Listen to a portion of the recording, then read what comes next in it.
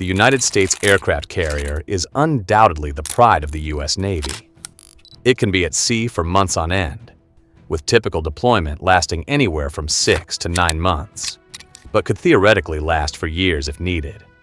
However, one man lives a completely different life from others. He carries the weight of the world on his shoulder, often commanding an entire strike force. But with 2 living quarters and numerous facilities only accessible by the captain, this is what it's like to be a captain aboard a United States aircraft carrier. It should come as no surprise that the captain of an aircraft carrier wields unrivaled power. He is often responsible for crews of up to 6,000 sailors and has control over every domain of the vessel. In fact, aircraft carriers never sail alone, and they often have destroyers, cruisers, and submarines that make up what is called a carrier strike group. However, the aircraft carrier is the most important vessel in the fleet, housing often up to 90 aircraft, which translates to billions of dollars in military equipment. But when it comes to responsibility, there is no one else aboard the vessel that carries more of it. From navigational decisions to personnel and tactical management, the captain is the one man who needs to give the green light before anything can happen. They can even single-handedly influence the outcome of a mission, although this will need to be superiors and top admirals working from Washington, D.C. What's even more impressive is the fact that a captain does not necessarily work shifts such as the other sailors aboard the vessel.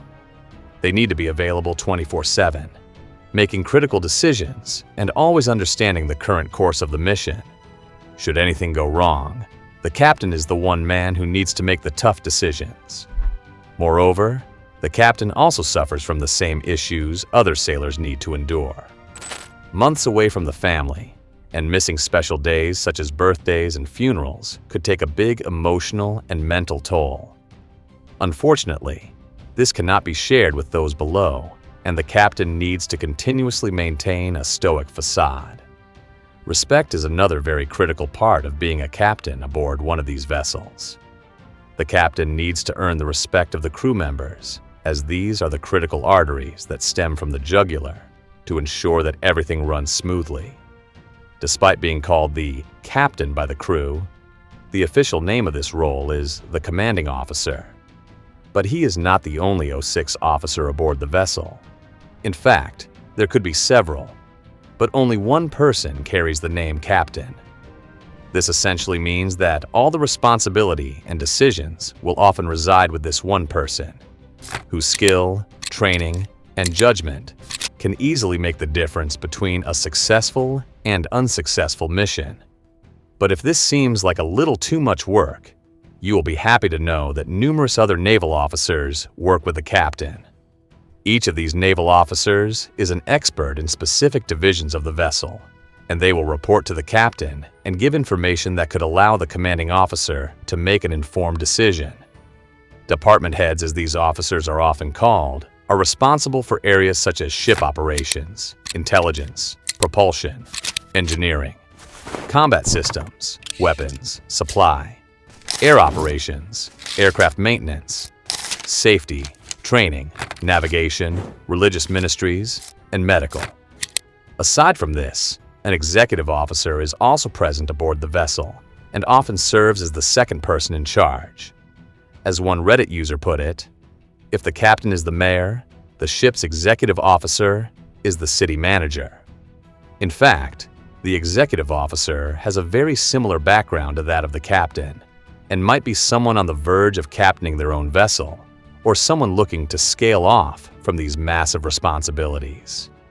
Since the captain is often preoccupied with mission-related tasks and needs to be in constant communication with higher-ups in the military, it often comes down to the executive officer to deal with day-to-day activities that involve the various departments.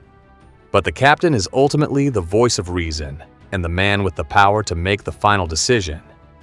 This means they will need a lot of sleep to ensure they are fresh and ready for the next tasks.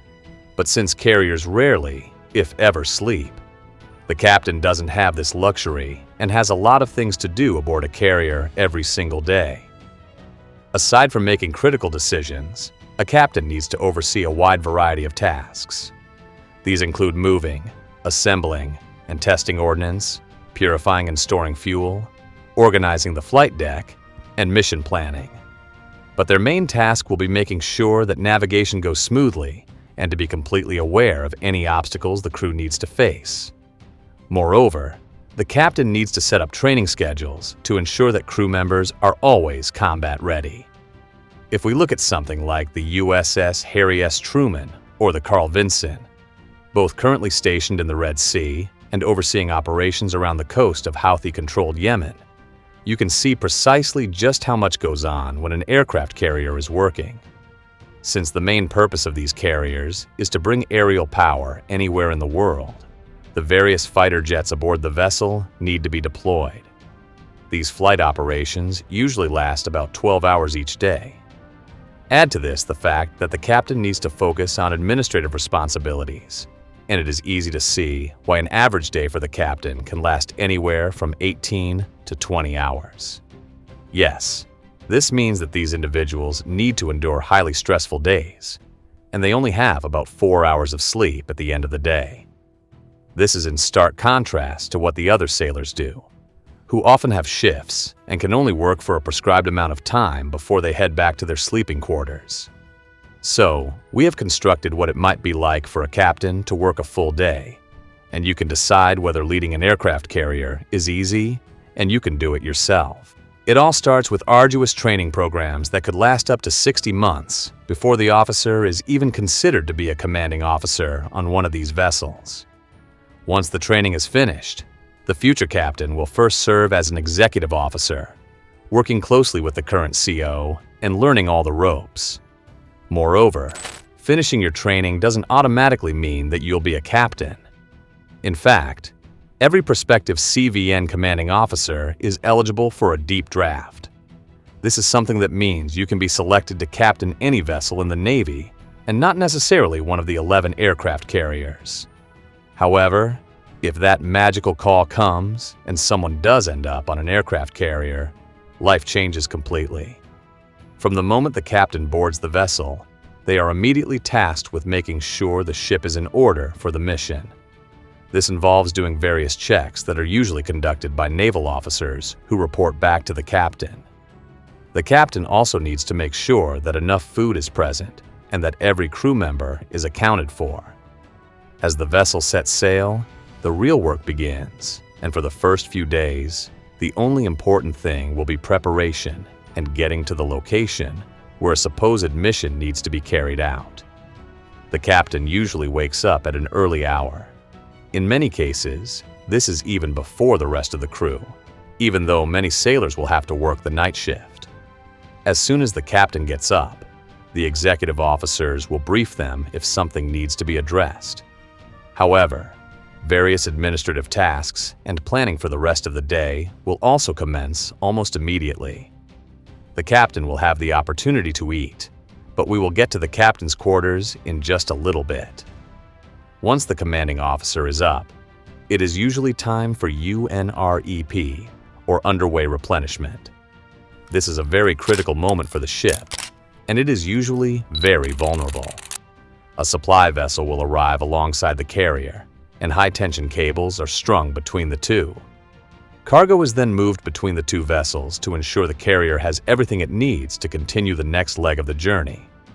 Helicopters can be deployed to take care of the heavier equipment, while the captain ensures that every extra resource is accounted for and correctly stored.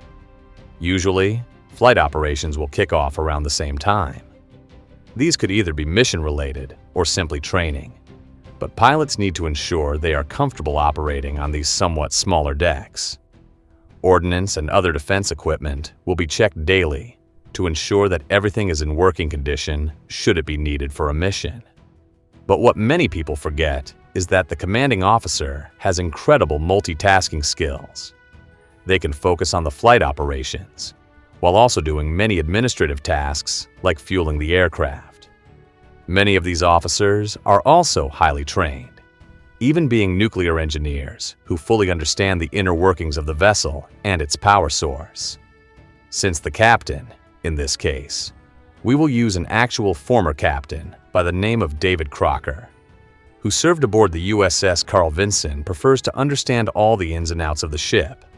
Messaging runs up and down the chain of command consistently. This means that the commanding officer has the full knowledge of exactly what is going on with the ship and can instantly react to any possible problem that arises. By the time the day ends and the captain returns to their quarters, a good 18 or even 19 hours might have already passed, and this means that just a few hours are left for sleep. The big upside is how good the captain's quarters are. Yes, these commanding officers have a little more comfort when it comes to getting a good night's rest. Aside from the bridge, the captain usually has 2 cabins. These are far more spacious and comfortable to reflect the seniority of their position. However, ask any captain this, and they will tell you that they are nothing without their crew and often take a very humble tone in conversation. Nevertheless, these quarters are slightly larger and more comfortable, and the captain can be assigned 2 cabins as well. One is usually used by the captain for their sleeping needs and to deal with private affairs without any interruption. The other, well, this can be set up for communications, work, and to conduct private meetings or hosting visitors. Each cabin is fitted with comfortable chairs, a bigger and more comfortable bed, a desk, and a communications area. However, these cabins are usually very close to the ship's command center or bridge, which allows the captain to quickly spring into action if they need to. While this might make it sound like the captain has a more comfortable life than other sailors, they rarely, if even, get the opportunity to enjoy the elegant space. This is not a cruise line, but an actual warship with the power to wipe entire cities off the map. Wielding such power means there is a lot of pressure, and should anything go wrong, it is usually the captain who needs to explain. So, it is much better for these commanding officers to be in the middle of what is happening and to ensure that everything is going well. You'd rarely see a captain doing nothing, and when they don't have anything specific that needs to be done, many captains have an open-door policy with the crew. Now, this doesn't mean that 6,000 sailors can flood the captain's quarters and just vent their complaints. But when they stumble upon one another on deck, the captain takes some time to listen to his crew. As Captain Crocker said, he was referred to as Carl Vinson, and whenever he embarks or disembarks from the vessel, the crew refers to the fact that Carl Vinson has left or arrived. Basically, the carrier takes on the personality of the captain, and this radiates through the rest of the crew. A good and happy captain will more than likely have a good and happy crew. But to work these arduous hours, the commanding officer also needs to get energy. And when you are living in a city at sea, you won't be getting luxury foods like lobster or some classy and expensive wines. Usually, sailors, who are trained culinary experts, work aboard these vessels in the galley or the kitchen. The crew usually gets their meals and moves to the mess hall, where everyone can sit and enjoy the perfectly cooked meal. Naval officers have their own mess halls, which are slightly more reclusive, and access is limited. However, the commanding officer can also dine in the comfort and privacy of their own cabin. If they have VIP guests or even need to conduct meetings with other high-ranking officials, dining in such privacy is a great way to discuss mission details and even some of the more confidential aspects of a mission. But what many people get wrong is thinking that the captain gets special gourmet meals. While this is true, it is not only the captains who are subject to the treatment. In fact, most of the crew will be subject to getting specialized meals and the best of culinary excellence the United States Navy can afford. Meals are usually taken to the captain, but many choose to dine with the other sailors in the standard mess hall. This ensures that the commanding officer is seen and always understands the plight of junior officers. But earning the right to do something like this takes a lot of time, and it could take decades for someone to join the Navy before they ever make it to captain. Moreover, the United States has but 11 of these vessels, which means only a handful of men can ever captain an aircraft carrier. So, After seeing the duties of these officers and the hard work they put in, do you think you'd be able to captain a United States Navy aircraft carrier? This doesn't even begin to cover the responsibilities of the captain when it comes to the rest of the strike group surrounding them. Be sure to let us know in the comments below, and please subscribe to our channel. It is absolutely free.